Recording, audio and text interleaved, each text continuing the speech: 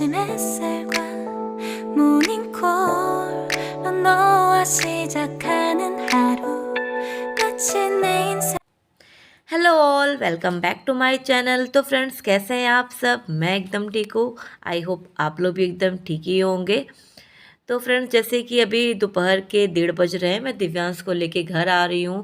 तो दिव्यांश स्कूल से आ गया है, तो उसे मैंने खाना खिला के उसके बाद दिव्यांश खाना खा रहा था, बेडशीट पे खाना गिर गया तो मैं बेडशीट चेंज कर देती हूँ। तो दोनों दिव्यांश और पार्थ दोनों खाना खा के अब दिव्यांश और पार्थ दोनों हॉल में खेल रहे, तब तक मैं इसको बेडशीट को चेंज कर देती हूँ। तो वैसे तो आज मैं चेंज करने वाली थी, बट पार्थ ने सॉरी दिव्यांश ने गिरा दिया खाना, तो अब चेंज करना पड़ा। तो अभी दोपहर के 2:30 बज चुके हैं। तो अभी मैं बेडशीट चेंज कर लूँगी और उसके बाद फिर कपड़े लगाने हैं, क्योंकि आज सुबह का काम बिल्कुल भी नहीं हो पाया था। मेरा सुबह से सर में दर्द बहुत हो रहा था, पर यही बात के कारण मैं सो नहीं पाती हूँ बिल्कुल भी। तो अभी मैं फ़िलहाल वॉशिंग मशीन में कपड़े लगा देती हूँ। ये काम मुझे मॉर्निंग में ही करना था, बट नहीं कर पाया। एक्चुअली यहाँ पे ना बारिश ना हो रही है कंटिन्यूस, मतलब एकदम तेज़ नहीं हो रही है, बट ना रिमझिम करके लगाई है, तो कब छत पे कपड़े सुखा नहीं सकते हैं।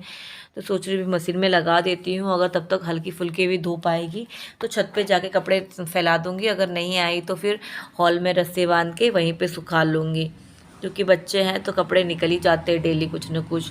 तो यहाँ पे मैं दिव्यांश का, जैसे कि मैंने बताया कि उसका एग्ज़ाम स्टार्ट होने वाला है, तो मंडे से उसका एग्ज़ाम है, तो उसकी मैं थोड़ी सी प्रैक्टिस करा रही हूँ। तो पार्थ यहाँ पे वो रिटन पैड के लिए रो रहा है, उसे वही पैड चाहिए, और दिव्यांश बोला मुझे उसमें ही पढ़ाई करना है। तो फिलहाल दिव्यांश को मैं दे रही हूँ मैथ, उसका मंडे को मैथ का है। तो ऐसे ही होता है, जब भी दिव्यांश पढ़ने बैठता है तो पार्थ ऐसे ही या फिर उसकी बुक खींचेगा या फिर उसका सामान लेके भाग जाएगा, और डांटू तो रोना स्टार्ट कर देता है। तो आज भी उसका वही हाल है कि मतलब वो हमेशा खाली मतलब कि कुछ भी चीज़ दिव्यांश लेगा वो छीन ही लेता है। और जैसे जैसे बड़ा हो रहा है, मस्ती उसकी डबल क्या ट्रिपल होते जा रही है। पूरा दिन इसके पीछे सुबह से उठ जाती हो, पूरा दिन 1 मिनट भी आराम नहीं मिलता है, बस भागते फिरते उसके पीछे बस लगे रहो। और हर बात पे खाली इसका सॉल्यूशन ये अपनी ज़िद से सारी बात मनवा लेता है। कोशिश करते कि इसकी ज़िद ना मानूं, बट वो ऐसे क्रिएट ही करता है कि मानना ही पड़ता है। तो फिलहाल उसके बाल बांध देती हूँ, क्योंकि उसके बाल पूरे आँख पे आ रहे थे। तो जैसे जैसे पार्थ बड़ा हो रहा है, उसकी मस्ती बहुत ही बढ़ती चली जा रही है एकदम से। पूरे दिन में भर थकान लग जाती है, मतलब सुबह 6 बजे से उठ के सीधे रात को 12 बजे ही बिस्तर पे लेटने को मिलता है। बीच में बिल्कुल भी टाइम नहीं मिलता है कि आप शांति से लेट जाओ।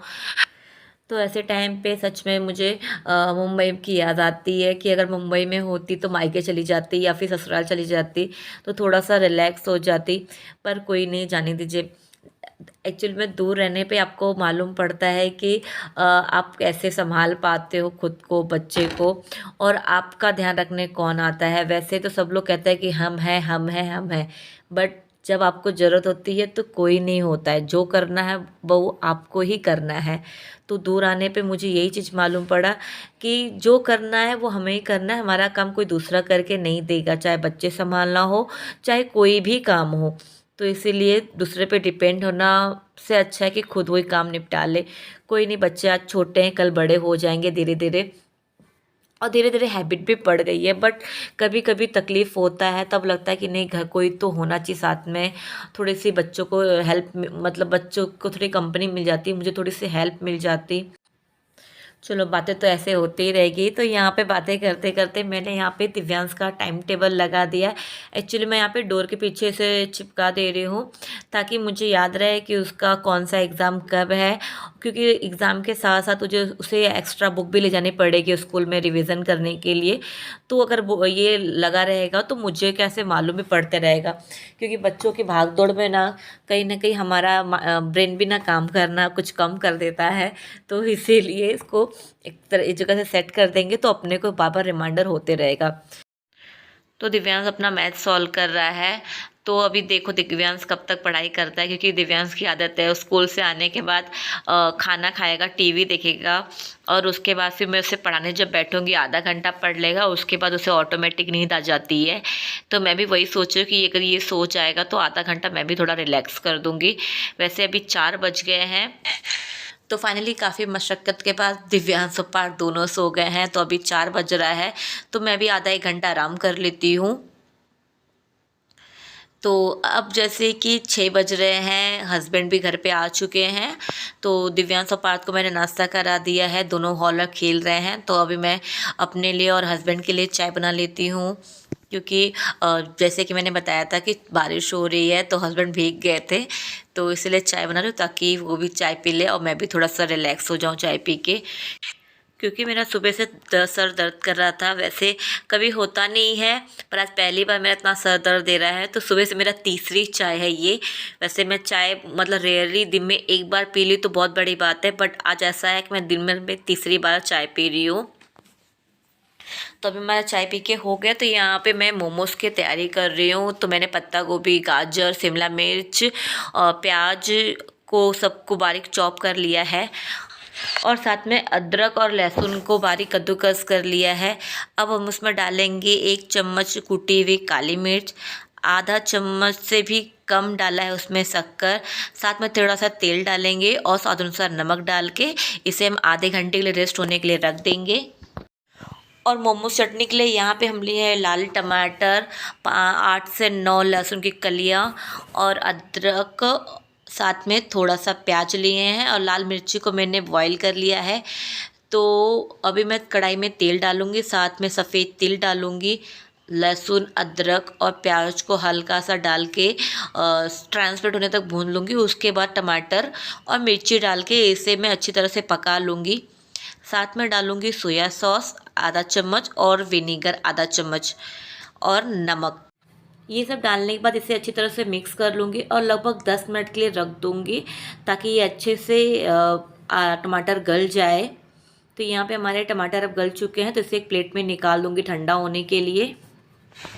तो अब चलते हैं मोमोज़ के लिए आटा गूँथ लेते हैं।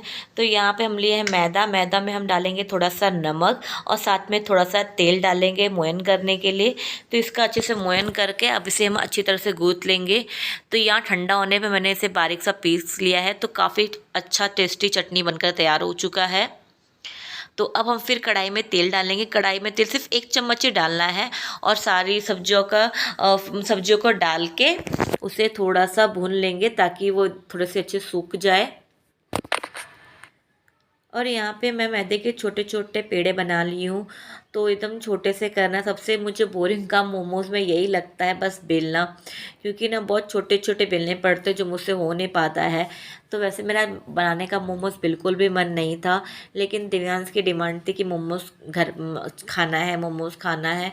तो वो पापा से बोल रहा था कि बाहर चल के खाना है। तो मैं सोची बाहर जाने से अच्छा है कि मैं घर पे ही बना दूँ, तो घर का हेल्दी भी रहेगा और अच्छा भी रहेगा और पेट भर के खा भी लेगा। बाहर जाने पे क्या होता है कि समझ में नहीं आता है कैसा, तो इसीलिए मैं घर पे ही आज बना दी मोमोज़। और बारिश का मौसम था तो इसलिए और खाने में अच्छा भी लगेगा, तो इसीलिए मोमोज़ बना दिया। तो यहाँ पे मैं मोमोज़ भर रही हूँ। तो वो एक टाइप का हो गया, और ये मैं अभी न्यू देखी थी यूट्यूब पे ऐसे, तो मैंने इसे ट्राई किया। तो ये थोड़ा इजी था, फटाफट हो जा रहा था, तो मोस्टली मैंने सब ऐसे ही बना दिए। तो मोमोज़ देखने के बाद मुझे खुद अब लग रहा था कि ये जल्दी से बन जाए और फटाक से मैं खा लूँ। मुझे भी मन हो रहा है मोमोज़ खाने का। तो स्टीम देने के लिए यहाँ पे मैं इडली के बर्तन यूज़ कर रही हूँ। मैं इडली के बर्तन में ही मोमोज़ बनाऊँगी। तो यहाँ पे मेरा मोमोज़ बन के अब तैयार हो चुका है। तो फ्रेंड, आप लोगों को मेरी आज की व्लॉग कैसी लगी? अगर अच्छी लगी है तो लाइक करें, शेयर एंड सब्सक्राइब करें। तो मिलते हैं नेक्स्ट वीडियो में। Bye bye. और हाँ, आप लोग भी साथ में आके मोमोज़ खाइए और मज़े लीजिए। Bye bye.